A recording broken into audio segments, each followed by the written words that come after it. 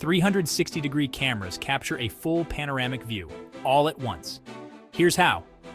Unlike regular cameras with limited fields of view, these tech marvels use multiple wide-angle lenses to record everything around them. There are two main designs: two-lens and multi-lens cameras.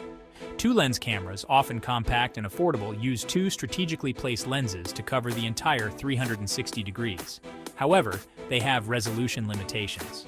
Multi-lens cameras, though pricier and more complex, offer higher resolutions and 3D capabilities. After capturing the images, they undergo stitching and stabilization. Stitching merges the images into one seamless panoramic view, while stabilization ensures smooth viewing by compensating for any camera movement. The final spherical image is then converted into a rectangular format using equirectangular projection. 360-degree content isn't just for fun, it's transforming business too. Think 360 degrees video conferencing, remote inspections, and virtual training. The possibilities are endless.